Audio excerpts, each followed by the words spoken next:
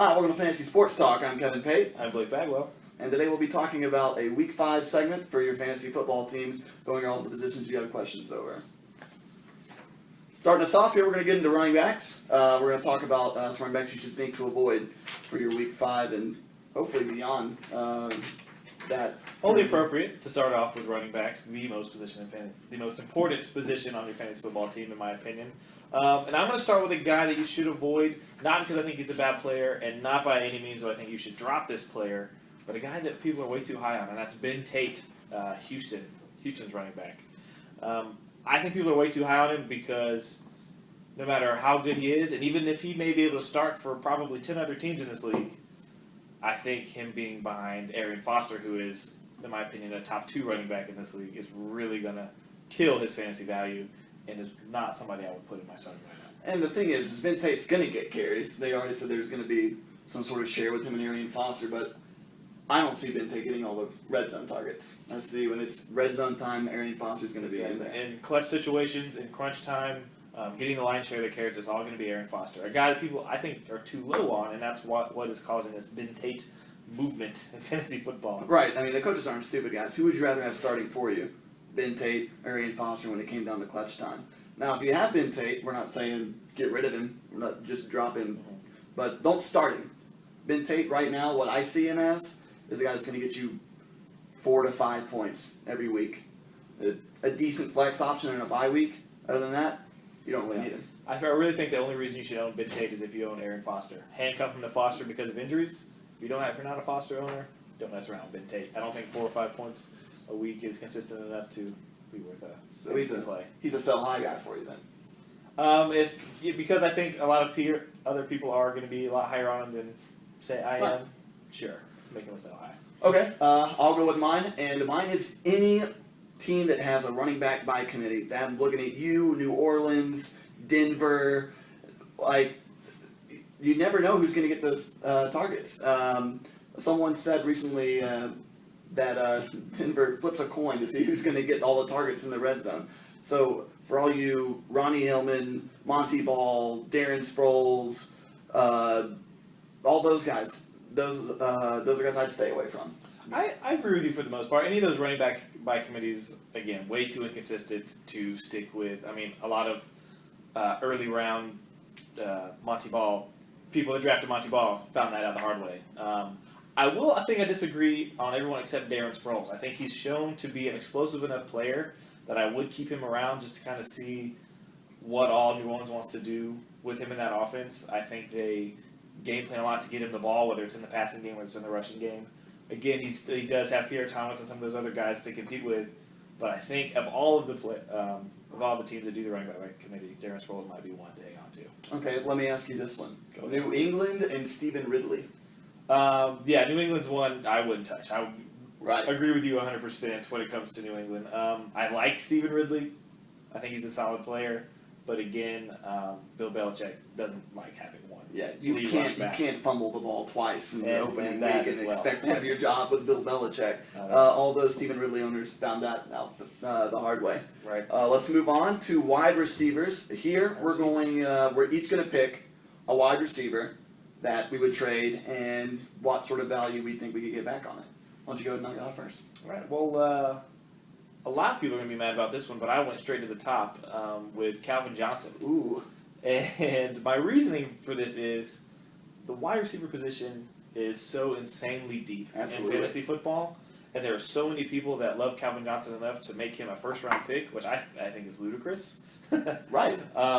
That you can get such a great return trading Calvin Johnson for probably a mid-level wide receiver and very good running back. If you need a running back and you're sitting there regretting drafting Calvin Johnson because now you have to start Le'Veon Bell and some of these other guys in your running back number 1 position, start throwing Calvin Johnson's name around there. I guarantee you someone will bite and will oversell. Someone will bite. Someone will absolutely overpay for someone with Calvin Johnson's potential. I agree with you completely. Wide receiver is one of those positions you can find someone to replace it. Kendall Tompkins out there from New England's had 2 big weeks in a row. He's a guy you might want to look at. Brian Hartline's still available in like 70% of fantasy leagues. So many wide receivers on the waiver wire that you can plug in. If you're struggling at running back because you drafted Calvin Johnson early, Shame on you.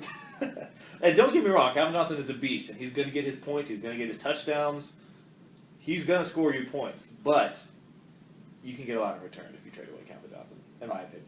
All right, I'm going to go with another big-time receiver. Go for it. Was number 3 and as high as number 2 on some people's list, A.J. Green from Cincinnati. Right now, no one's going to doubt the kid's potential. And he's Andy Dalton's number 1 receiver. You've got to love that.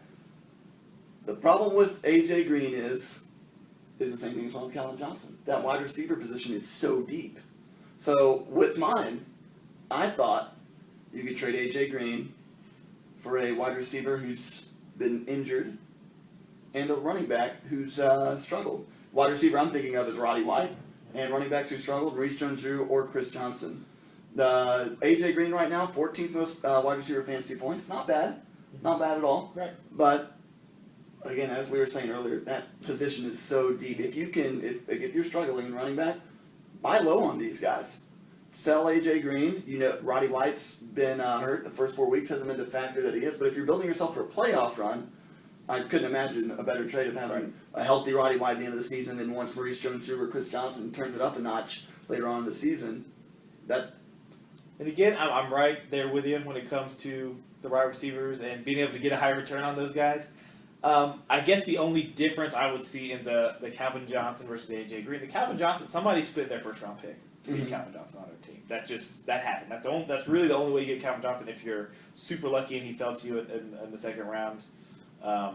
That's great. I think there is maybe enough value there to take him in the second round. With A.J. Green, though, he is, to me, just as good of an option as Calvin Johnson. But you didn't have to pay as high a price to get him to start out with. So you should have got your number 1 running back in the first round and still been able to get A.J. Green in the second round. I understand. And so in that scenario, I don't necessarily think I would go as low as to get somebody like a Roddy White, who we don't really know how healthy he's going to be. He's in a wide receiver by committee, if you want to say that, in Atlanta. Me and you have been back and forth about Chris Johnson. Not a guy I'm super high on. I see where you're getting at. Getting a solid running back you can plug in your starting lineup and a wide receiver that you may be able to plug in a little bit later. But I would value AJ a little bit higher. The reason I like the Calvin trade is I think you could get somebody like a Matt Forte. You could convince somebody to let go of, maybe a Reggie Bush if he gets back healthy. Somebody who is going to give you real fantasy impact immediately instead of having to maybe flip a coin on a guy like Chris Johnson. This is the one that, like he said, we've gone back and forth over this before. And I don't think either party is wrong with what they say. I've had Chris Johnson for a few years. I know he starts off slow. He's doing the same thing this year, starting off slow. Chris Johnson's going to get his. That's all there is to it. Maurice Jones-Drew, I'm not completely sold on him, but the talent's definitely there. And without a quarterback and wide receiver in Jacksonville, who else is going to get points for him?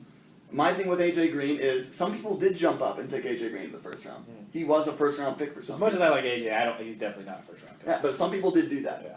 And what you're doing when you're trading A.J. Green is you're trading him to a guy that took Roddy White in the second round and had a struggling running back in the first round. I think that makes your team You're so ridiculous much. if you took Roddy White in the second round. No, you aren't. You're completely ridiculous. But some people have done that. Right, yes. Their first 3 picks, 2 of those first 3 picks might not be doing anything for them right now. They might be, having a fire sale. A.J. Green's the guy to go. He's going to get them his points, and you'll get your points later on the season when a healthy Roddy White's back, who's still the number 2 target in Atlanta, behind Julio Jones. And you could actually make an argument that Julio's 1A, Roddy's 1B. They're both, For sure. They're going to get their targets. And Chris Johnson, Maurice Jones-Drew, there's too much talent on the board to, give up on them too quick. So. And just to wrap things up with this receiver category, I see what Kevin's saying. But the only thing you need to be careful is when you are selling off these stud players like the A.J. Green, like the Calvin Johnson, don't sell yourself short. If you're taking those big fantasy points out of your starting lineup, make sure you're getting somebody that you can plug in or either have somebody else on your bench you can plug in until somebody like a Righty White or Chris Johnson gets going. Right, absolutely. Yeah. And like I said, with mine, it was strictly looking at playoffs. If your team's already strong enough, you know we're going to make the playoffs, having 2 stud guys for 1 stud guy for weeks 13, 14, and 15, 16, it's ridiculous. For sure. All right, Let's next, move on. we can go on about this all day. Tight ends. This is we're going to rate our top 5 tight ends for the fantasy football season. We're looking at not only past performance but future performance as well. So. Tight end's always an interesting position Right, absolutely. because it can be a game changer, or it could be one where you don't have to pay attention to it all season. Mhm. Draft a guy super late, plug him in, get you your 5 points a week, not even think twice about it. Or it could be a situation where you got 2 stud tight ends fell to you and they're scoring 50 points a week for you. Right. But yeah, so we're gonna just go through our top 5. A lot of names, definitely you've heard of before. Right. You want to go ahead? When we go ahead and start? Yeah, go ahead. Definitely, there's no arguing that Jimmy Graham is the most dynamic, game-changing Oh, tight absolutely. end in the game right now. Absolutely. He's just too much. He creates too much of a mismatch, no matter what team they're playing, who they're up against. And when you have Drew Brees throwing the ball week in and week out, you're going to make explosive plays. Absolutely. There's just no way around it. I like a lot of other guys in the league, and maybe on different teams, these rankings would be different. But the way it is right now, Jimmy Graham is the clear-cut number one. As much as I Right. hate to say it. All right, I'll go with number 2. I chose Jordan Cameron. I also had Jordan Cameron. Number Jordan Cameron has had a ridiculous start to the fantasy season. The number 2 scoring tight end. I think he's scored, over 10 points a week? Oh, I got him in my league, and he's double digits every week. I think he's scoring around 16 to 17 points a week, Oh, yeah. tight end fantasy wise. And he's on a Cleveland team. They've got Hoyer now, who has no problem throwing the ball, and with a shaky wide receiver position, Cameron's going to get those looks. Cameron's going to get those targets. I mean, and that's why I have him ranked so high. If there was anyone else for Hoyer or whoever's the quarterback of the week in Cleveland to throw to, Right. I wouldn't be as high on him. But because he's proven to be able to catch those footballs and get his points as the lone target out there, and even when they know he's a lone target at this point in the season, he's still getting Can't stop hits. it. So, for now, I'm very high on this guy. All right. Now our number 3 tight ends, we did. This is where we finally change up. Yeah. Change All up. right. I'll go first. My number 3 tight end was Julius Thomas for the Denver Broncos. Reasons I like Julius is he's got Peyton Manning throwing him the football, and with that offense, everybody gets looks. Everybody gets targets. Julius Thomas scored his first 3 weeks. Was the fancy tight end to have at the time. Yeah. Had a slow. We had 43 yards receiving last week with no touchdowns, but I mean nobody scores touchdowns every single game. Gotcha. So and Julius Thomas, like I said, Peyton Manning throwing the football. He airs it out. He's shown that he can catch. He's shown he's a threat in the red zone. He's my number 3 tight end. I like Julius Thomas. I like him a lot. He didn't make my top 5. Not this time around anyways. Okay. Only because kind of what you were saying. I'm worried he might be the flavor of the week type of tight end. You Okay. know, he's had a monster game, one of the highest scoring tight ends, but it's on an unprecedented, ridiculous pace at that Denver Oh, offense is absolutely. going right now. He's playing out of his mind. And I don't really see that Peyton Manning's going to all of a sudden start regressing at a drastic rate. But I do think that he might be spraying the ball around a little more. Maybe come back down to number 1 QB numbers, not godlike numbers that he's Right, putting up. absolutely. And that's gonna, in my opinion, not necessarily kill his value. I would still start him as my number 1 tight end because he is going to get those points. But he's not going to be the stud that he has been up to this point. And I understand your comment. I understand what you're saying.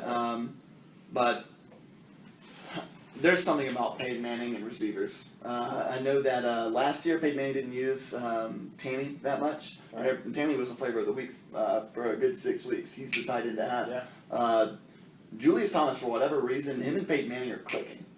And I understand that Peyton Manning's not going to throw for the 78 touchdowns or whatever he's scheduled to throw for right now. But he is going to get his. Julius Thomas is going to be open. He is going to find some targets. He's going to get some yards. That's why I rank him number 3. Who'd you take? All right. I actually went a little unconventional. I went Antonio Gates. Okay. And I guess when I was putting this list together, I was thinking body at work. Guys that have that track record. Okay. Guys that I know are going to go in and they're going to get their looks, and then they're going to fight and get those red zone opportunities.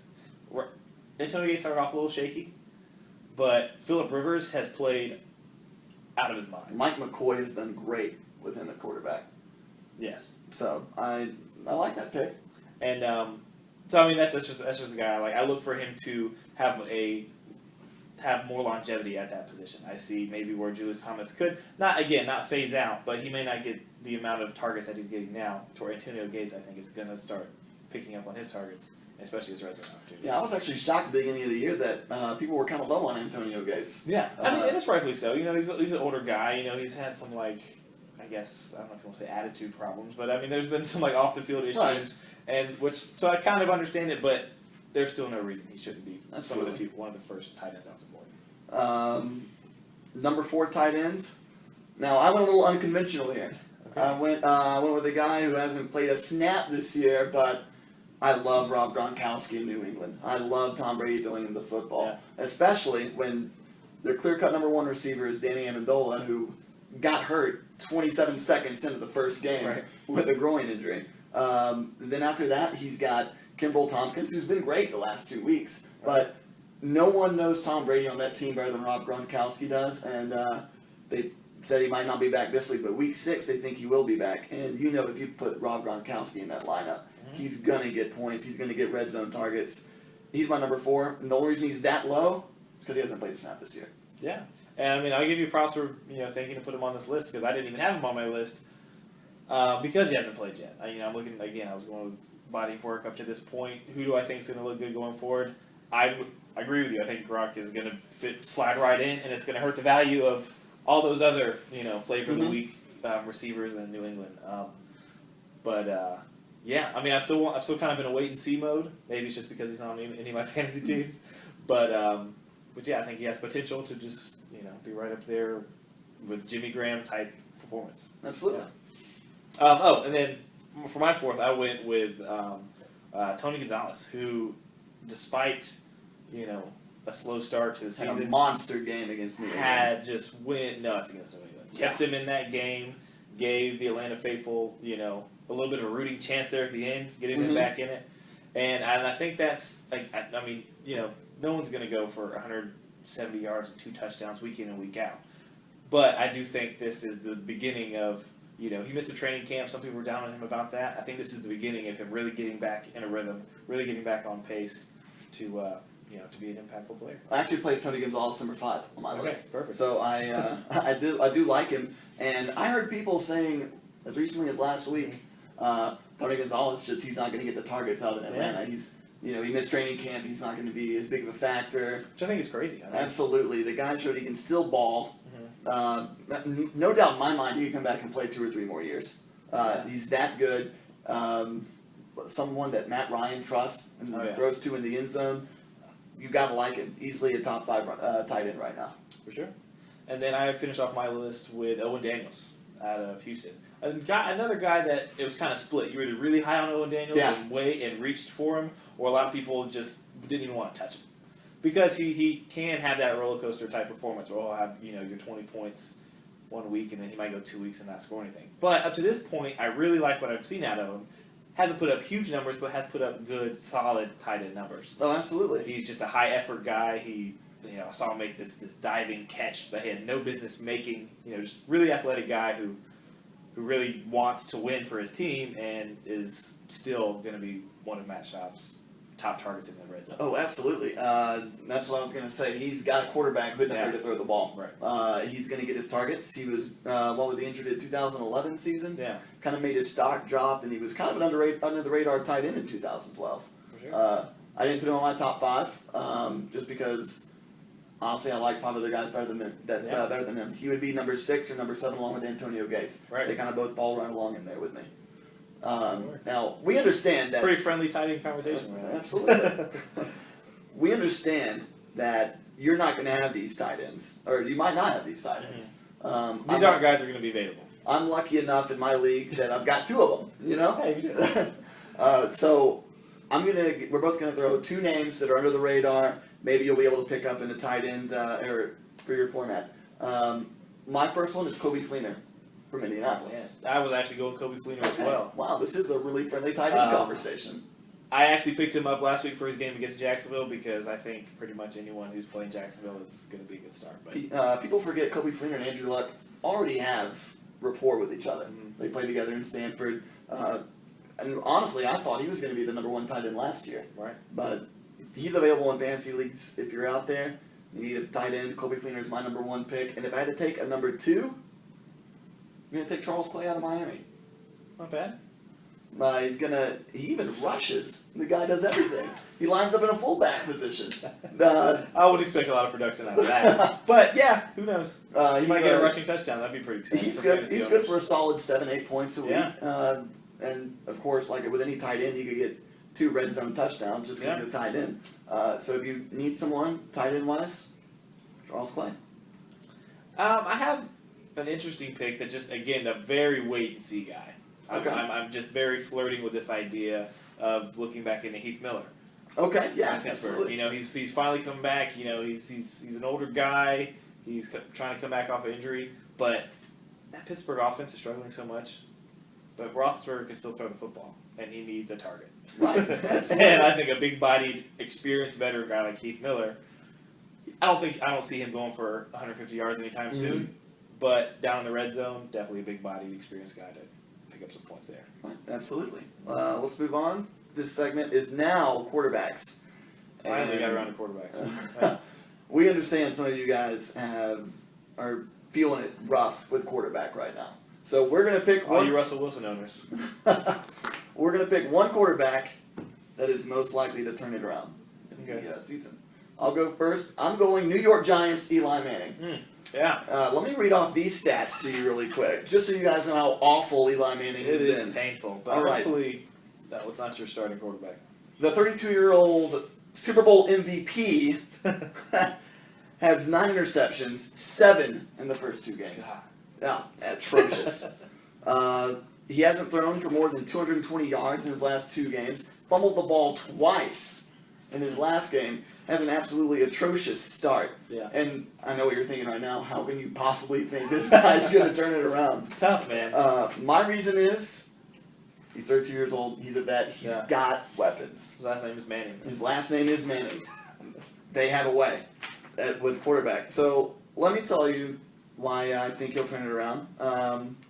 He averages 17 interceptions a year. Yeah. He's gonna have some picks. Bad news is he's already thrown 9 of them in the first 4 games this season. But on the plus side, 25 touchdowns per year. 25 touchdowns. Yeah, I mean he's a guy that gets his stuff done. I mean, like you said, the Super Bowl MVP. He's not going to be a joke. I mean, but on the flip side of that, it has just been so painful to watch. Oh, it has been. But I think it's a safe pick because where else can you go but up at this point? Right. 3,800 yards per year in the air. Like, he's gonna throw the football. Yeah. I mean, you've got Victor Cruz and Akeem Nicks. Brandon Myers is your tight end. Blew me away that Victor Cruz is like the highest scoring wide receiver. Right? And with his quarterback, that's With his quarterback, that's ridiculous. But and he also hasn't had a quarterback rating lower than 86 since 2008. Oh.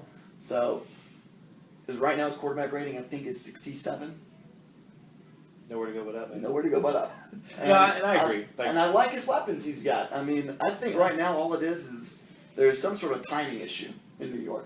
That's the only thing I can figure because no reason that this guy has had this team and these receivers for this long. Curse or something. I don't know. Yeah, I like Eli Manning as my pick. I think it's a great pick.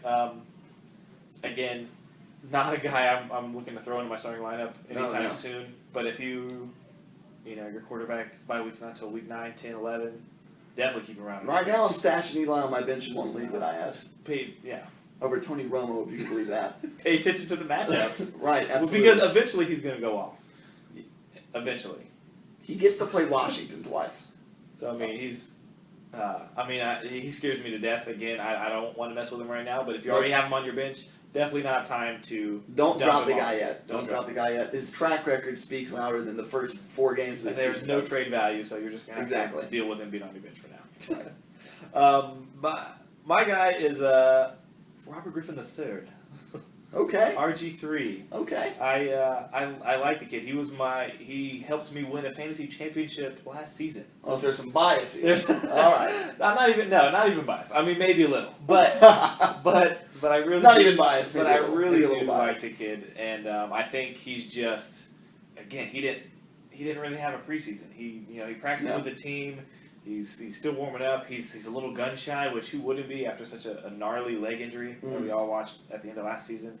I think once he gets the confidence back in his leg, then it'll really change his game, because then he'll feel comfortable running again, and that'll open up his passing game. And we've seen it. He's had little glimpses already this season. He's had 350 plus games. He's doing what he needs to do, but because I think he is a little hesitant on his throws, or do I want to run, do I want to throw, it's caused a few turnovers, some bad decision making, and there is a lot going on wrong with that Washington offense right now. Oh, and that defense. And that's not helping his cause. So Right. as soon as he gets his confidence back and he can rally around his teammates, I really think he's going to bounce back. Again, a wait and see. Keep Right. him on your bench, but I'm going to disagree with you here. okay. Not because I don't think Robert Griffin III's not going to rebound. I think Right. he will. I think people are low on RG3 because of what he did last year. If you look at his stats, he's still a very formidable quarterback to have on your team. Yeah. And I would absolutely start him week in and week out right now. Yeah. And people are saying that he's not what he was last year.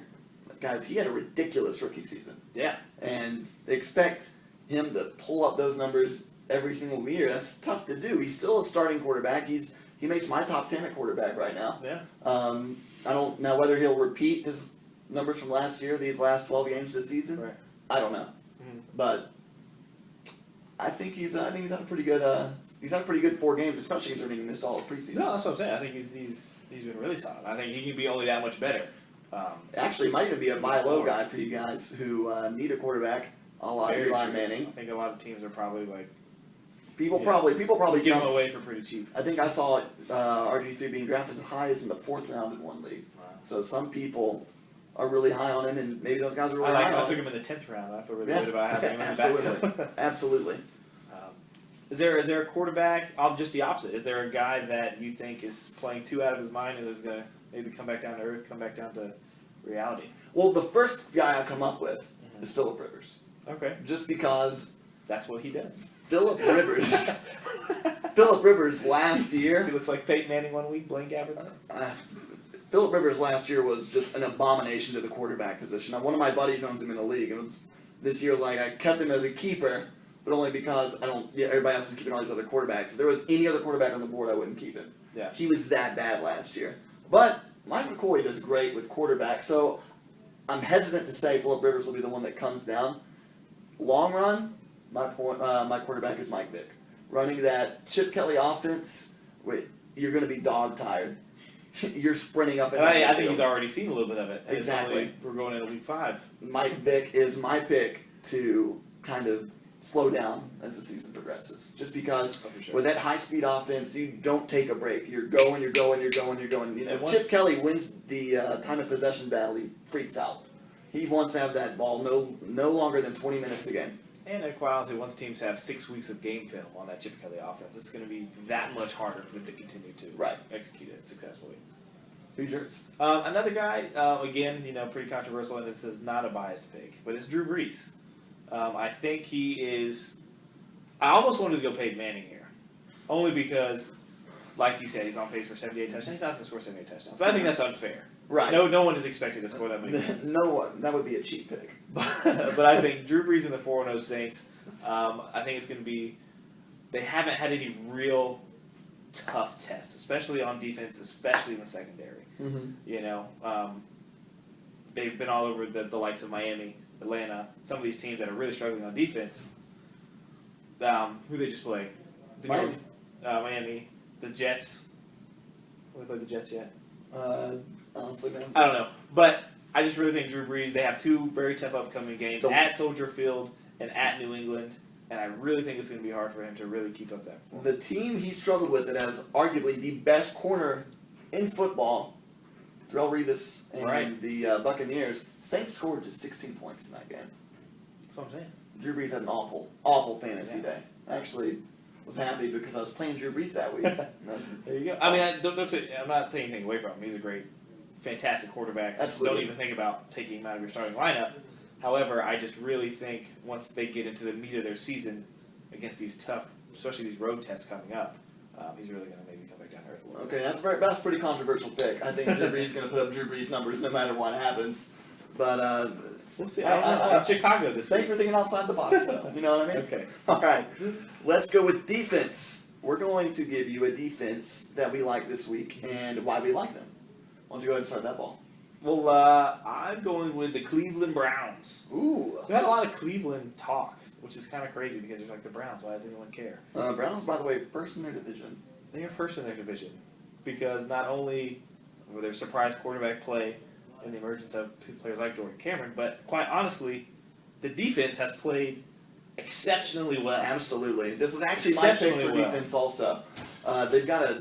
They're playing a Buffalo team And this then week. I guess that helps them out when they got EJ Manuel and co coming in with question marks all over the field. They've got Joe Hayden playing quarterback for them. I love Joe Hayden going up against a rookie quarterback. I love it so much. And let me just throw these Go stats for to it. you really quick. All right. Right now, the Cleveland Browns defense Mhm. is allowing 9 points per game That's insane to me. because it's Because Cleveland. it's Cleveland. They are tied for Start paying third. attention to these guys. They are tied for third in the league in sacks with 14, and they're tied for fifth in the league with 4 interceptions already. Like they're a legitimate defense. I mean, I think they finally have an offense that'll move the ball from them and give them some rest on the And sidelines, and this they're is all- so excited about it. And this is all coming off Trent Richardson being dealt to Right. Indianapolis. Right, I know, it's mind-boggling, but this is a scary little football team, I think. I think so, 'cause too.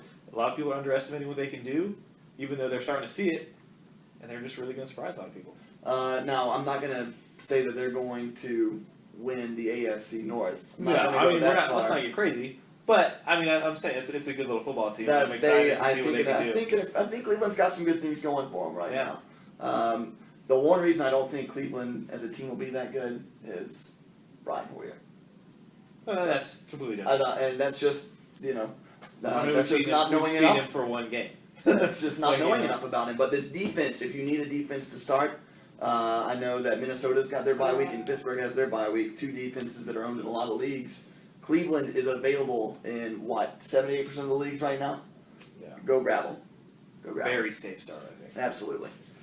All right, we're gonna finish this up by picking 3 guys. 3 guys? 3 guys. All right.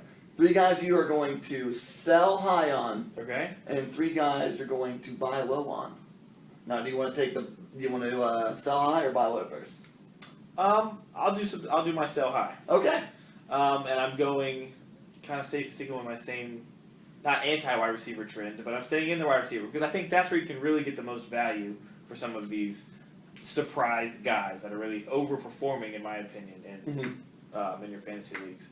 First guy, Eddie Royal, and I think he kind of ties into what we're saying about Phillip Rivers. I just really don't see that combo putting up those crazy numbers. I mean, and that really, barring one game, Eddie Royal has been very average. Mhm. And he had one He's had monster game. 2 games where he scored 8 touchdowns, 5 and Yeah, something 800 touchdowns. off was the ridiculous. charts. But I think he is a guy who will be consistent enough, and especially since he, again, flavor of the week, a very legitimate guy for you to dangle out there on the trading block to see what you can get. And then going with that, in that same vein, a guy like Greg Jennings, who just had a monster game. Beat me single-handedly last Beat week. anyone who he was going up against with his monster game, which is really, he was drafted in relatively high in some leagues because that's kind of what they expected out of him, because he, could be that number 1 guy. To go a little deeper on that one, Yeah, he doesn't have Aaron Rodgers throwing him the football anymore. correct. He's got Matt Castle or Christian Ponder. Exactly. And I understand that Matt Why he's Castle, on my sell high list. well, because of that big game. And people think, oh, it's Greg Jennings, it's Greg Jennings. He doesn't have the quarterback he had in Green Bay. No. So I totally am with you on And going then high. my third guy, I could have inserted 3 different names right here, but I just went with Julian Edelman, Okay. who has been so clutch and so consistent for the New England Patriots so far.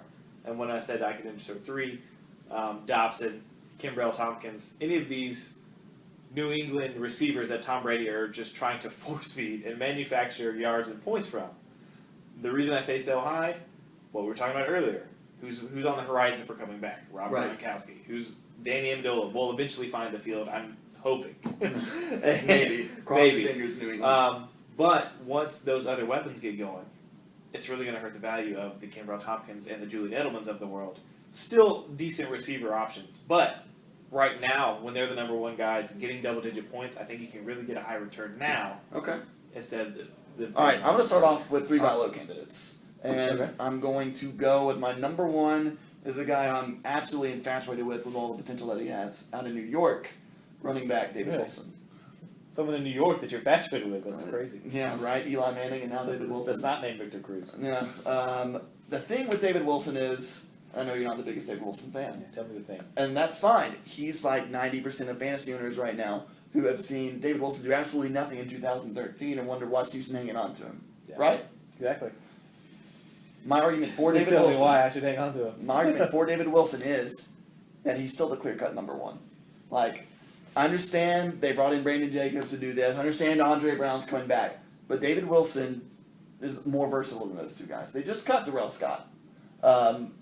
I have David Wilson on my team. I don't start him every week. Yeah. And keep him on the bench. That's what he's going to be there for. I think by around week 8 or 9, I think he'll be the big back.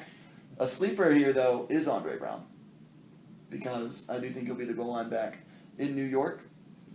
I mean, this guy is a guy that has been so frustrating, and we've had so many conversations about David Wilson. Like I was saying, the fantasy football roller coaster of emotions. Yeah. I went into my draft loving David Wilson, being so high on him, And his you had every potential, reason to. and his speed and his quickness and just everything that he could do for that New York offense. I wanted him on my team. I wanted him to be my third running back. Right. Third pick. 1, 2, 3, 3 running backs. Wanted him there. Was so upset that I didn't get him. And then now I'm so elated that I did not get him on my team because there is no room on my football team for David Wilson. And I know it's kind You of are off the hook a little bit because they did just cut Darrell Scott. and that's right. And you thought this guy was telling me he would cut David Wilson from his fantasy team. I was so over that guy. He I was really actually- kind of am still now. I'm still in wait and see mode. Well, I mean, he had a decent week last week. It wasn't great. It was decent, Right. and that's a step in the right direction. You cough the ball up twice, you're going to need more decent weeks. Sure. To get more touches. I like David Wilson. I understand the guys that took him in the 3rd, 4th, 5th rounds have got to Sorry. just come. Yeah, I'm sorry. I took him in the 5th round in one league, and I go back and look at that draft, and I go, oh, I could add this guy, could add this guy, could add this guy. But I mean, most of my picks are very playoff related. Yeah. David Wilson's a guy I think when it's come to your fantasy football playoff time, he's a guy that I'd have. Number 2, I'm going to stick at running back. Okay. And this one, I'm looking at you guys who didn't do your research last year, and you looked at the final fantasy points from last year, so I was a returning number 1 back, and you drafted him. Yeah. I'm talking to you, Ben Jarvis, Green Ellis owners. That's what I'm talking to. It was no secret. A lot of people jumped for him. A lot Yeah. of people reached. Oh, and another one. For all of those who draft in July, don't do that. Don't be dumb. Teams can look completely different Injuries. throughout the month of August and going into that first week of September. Yeah, Why are we'll- you drafting in July? We'll give you a draft special. That's why you have Green Ellis in your 3rd round. We'll give you a draft special, how to draft later. That's a different story for a different day. But back to Ben Jarvis, Green Ellis. It was no secret that Giovanni Bernard is super talented. Oh, yeah. Ran the ball like crazy at North Carolina, and really was kind of the sort of offense they had last year. And everybody was saying, look out, he's going to be the number 1 back soon. All right, he went from having just a few touches the first game. Here we are in week 5, and he's already splitting the carries with Ben Jarvis, Green Ellis. Every day you hold on to Ben Jarvis, Producing. and producing. Yeah. Every day you hold on to Ben Jarvis, Green Ellis, his stock drops. That's less of a return you're going to get for him. Right now, with every passing day, his fantasy value depreciates. If you don't He- trade him by the time this fantasy week gets started, you're going to be stuck with him. You're going to be stuck with him because by week 9, Bernard's going to be having 75% of the carries. Oh, yeah. So don't buy him. Get rid of him if he's on your team. Number 3, more.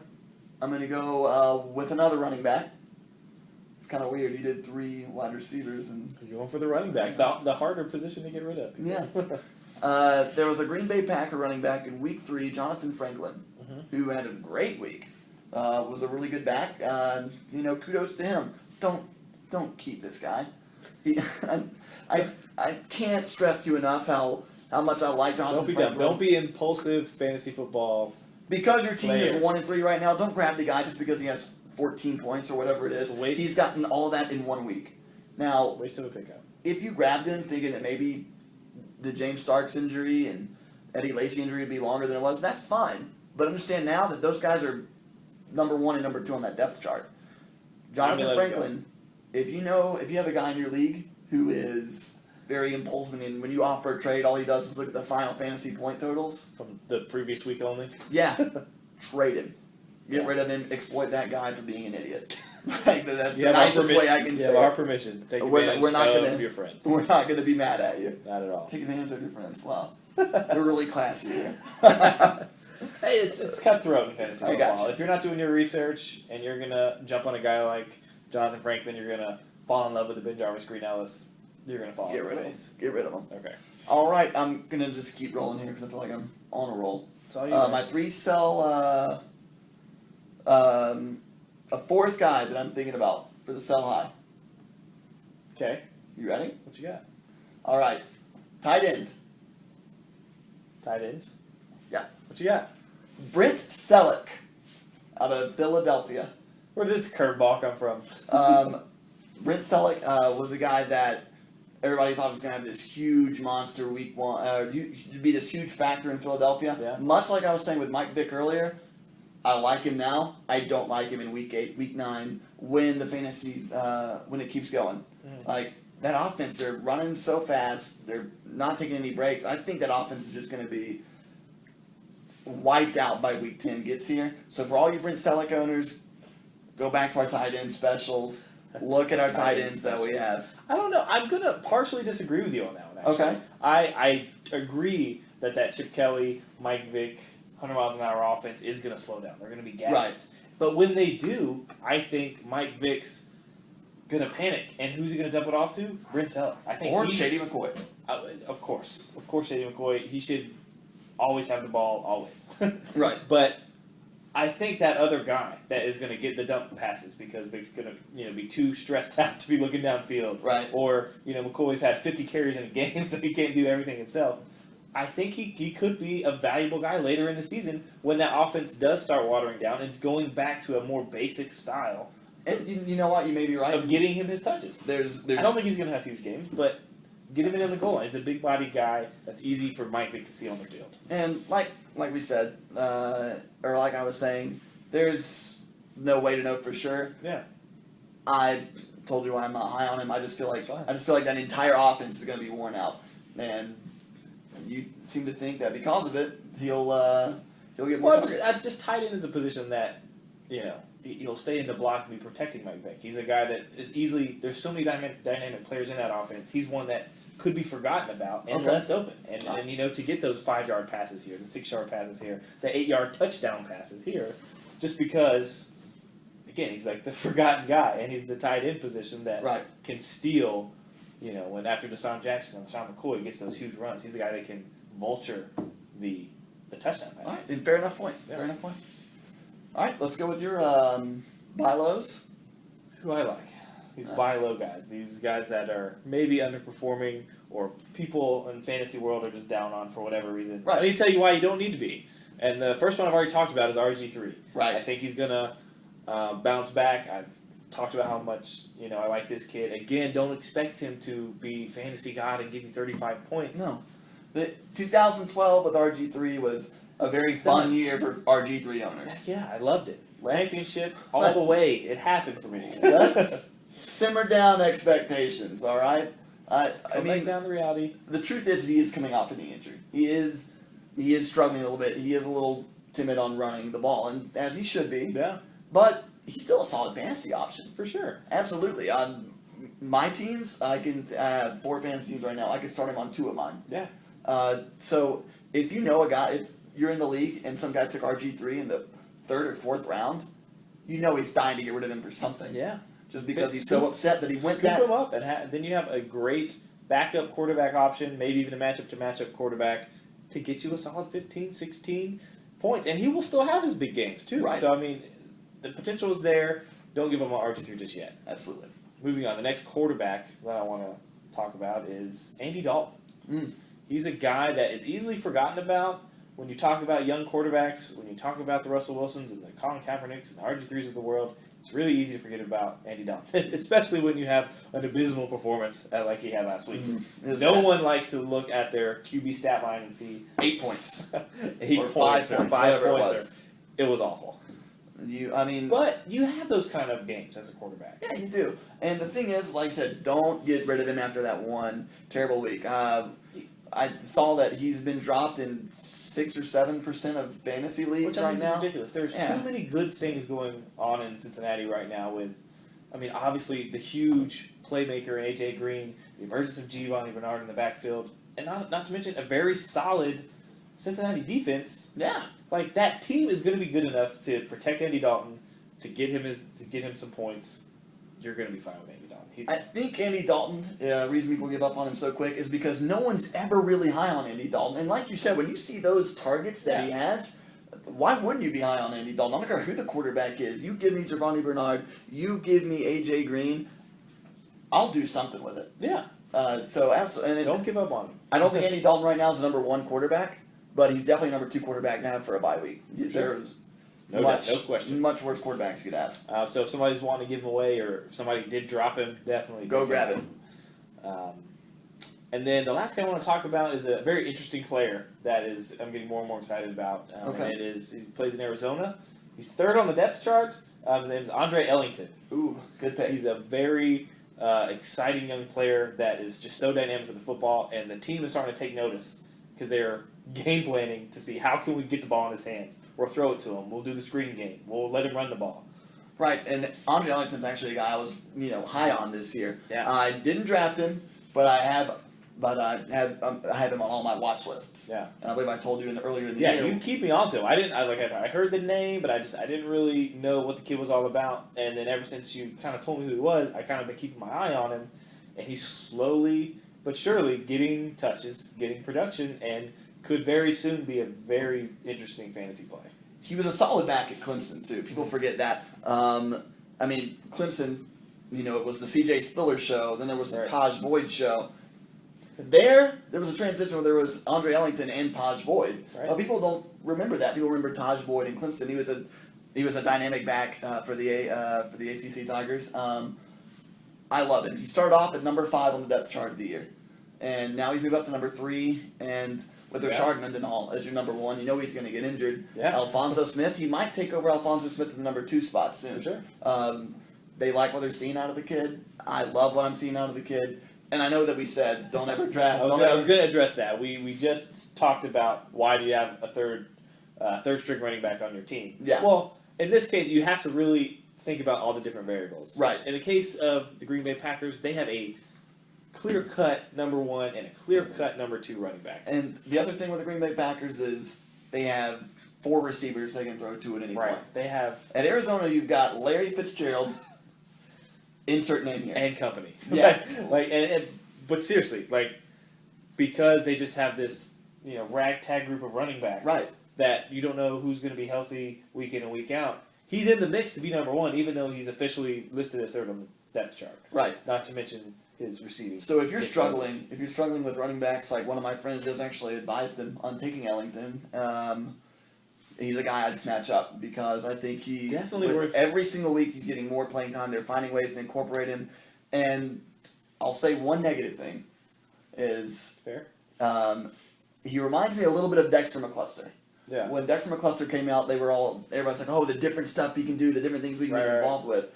I haven't seen Dexter McCluster do anything big in Kansas City yet. Andre Ellington might be along that same route, but right now I gotta love him as a definitely worth a bench spot. Absolutely. Keep an eye on, see what he does because easily a number 5 running back. He's going to be a guy people are going to be scrambling for a little bit later down the road. I think as the bye weeks are coming up, Andre Ellington's going to be a safe bet to plug into your lineup. All right, sounds good. Threw a lot of information at you. Absolutely. That was, but hey, it was good information. It was information. It was good. Hopefully you learned something. And if you God like, knows we did. if you like what you heard, let us know.